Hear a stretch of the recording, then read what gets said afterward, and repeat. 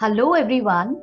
Today I'm going to talk to you something which is very essential in creating your style statement. We create style statement with our dresses, with our haircuts, with our accessories, with our shoes, the way we combine our shoes and a lot more. But one thing which can actually be your style statement is your perfume. So today I'm going to discuss with you a very important topic, perfume etiquette.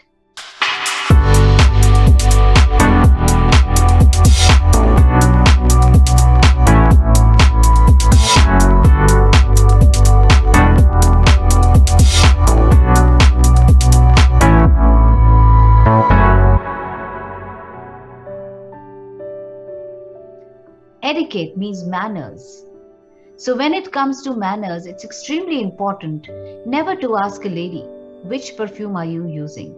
Many times we smell a nice perfume on a friend and we keep asking her, tell me now, which perfume are you wearing? Which perfume are you wearing? Even she doesn't want to tell, we force it out of her mouth. And when we buy that perfume, somehow we feel it's not that great on you, and you wonder how come this perfume was smelling so nice on her, it's not smelling so nice on me. It's because of so many reasons. First and foremost, let's talk about the etiquette. It's very wrong to ask a lady, what perfume are you using? Because it is a very personal thing to her. We use it in the confines of our dressing rooms and powder rooms, and it's not something which we discuss in public. So actually, chivalry is not dead yet. So do not ask a lady, what perfume are you using? And you as a lady should not be even disclosing it to someone unless somebody is very close to you. So that is from the etiquette point of view. Secondly, why the same perfume is not smelling nice on you is because of a lot of reasons. Maybe your body temperature is different to your friend. Maybe it's because of the climate. Maybe it's your body pH. Maybe it's because you're going through those certain days of the month. Because the more the body temperature changes, a lot of stuff which you put directly on your body also behaves differently. So, perfumes become your style statement because through them you are telling people who are you. And therefore, you should be very careful when you pick a perfume. Just don't go binge buying any perfume you think is nice, or a big designer perfume or a big brand name. You must know that that perfume should actually suit your personality. The first important thing is how to store your perfume. Your perfume should be stored in a dry and a cool place. It should not be stored in sunlight or in a very hot temperature. The moment you open the bottle, very soon it loses its potency. Normally, an open bottle perfume should last you for about 2 years. And if the bottle is not opened, it will last you longer. Normally, what we do, we get a lot of perfumes as gifts and we want to try them all. We open them all and we keep them on our dressing table, which is in direct sunlight or in the light, or maybe in a room which doesn't have AC. And what happens? Very soon, that perfume loses its potency. So if you see that the color is turned yellow or brown, and maybe when you apply it, it has that metallic smell, that means that your perfume has expired. I know it pinches because perfumes are extremely expensive. I also actually waste a lot of perfumes because sometimes we don't use it for a month, and last year when we had lockdown, we hardly went out, so we hardly used any perfumes. So most of them went dead, and so I had to use them as room fresheners. And if you want your perfumes to last you for a longer time, keep them away from some light in a cool place, or maybe you can even put it in a nice Ziploc bag and you can put them in your refrigerator. Perfumes are basically two types. One is called eau de toilette and the other is eau de perfume. Eau de toilette is very light. It is much cheaper. It's got more quantity of water in it. Whereas eau de perfume is more expensive, smaller in size, and is quite thick. So the next thing is, what are the timings? When should you use your perfumes? So your perfume use depends on certain factors. How you use your perfume depends on the time of the day, depends on the people you'll be around with, depends on the season. So, in case you are wanting to use a perfume during the day, that is from sunlight to sunset, then best is to use eau de toilette, which is light. And if you are wanting to use it after dark, then best is to use eau de perfume, which is heavier and thicker. Perfumes are made up of a lot of stuff, from flowers, from fruits, from spices, from musk, from herbs. So there are a lot of things which are used to make perfume, and it also depends when you're wearing the perfume. So during the day it's lighter, so that is more flowery, more fruity, and towards the evening it's more spicier, more muskier.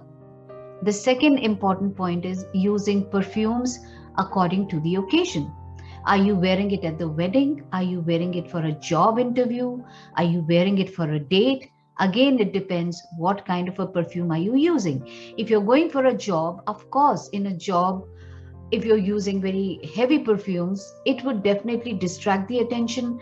The room could be AC, and the moment you enter, that heavy smell rushes through the whole room, and it will linger on in that room for a long time.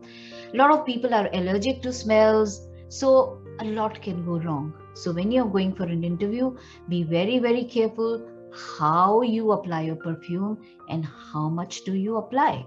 Sometimes you might even have to skip it. The third is the people. Always remember, when you wear perfume, it, just take your arm's length, this much of arm length away from that person. So if somebody can smell your perfume at an arm length only, that is the right amount you should wear. Nobody should be able to actually smell your perfume beyond the arm length. If it is being smelled beyond the arm length, that means you are putting too much of perfume. When you put on the perfume, you can smell it on yourself, but after some time you cannot smell. But you have put the perfume and you can smell it for a long time. That means you have put enough, because the body gets used to the perfume smell in a little while if it is of the right quantity. Your perfume is your signature. People recognize you by your perfume. I have been using my perfume for almost 12 years now, and it's become my signature perfume. People recognize me by it, and I got attached to this perfume when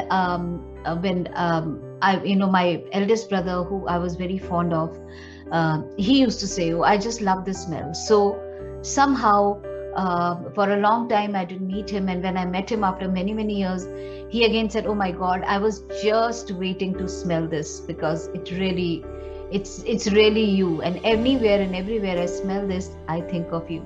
So it's become a part of me, and a lot of my friends tell me, that they recognize me by my perfume.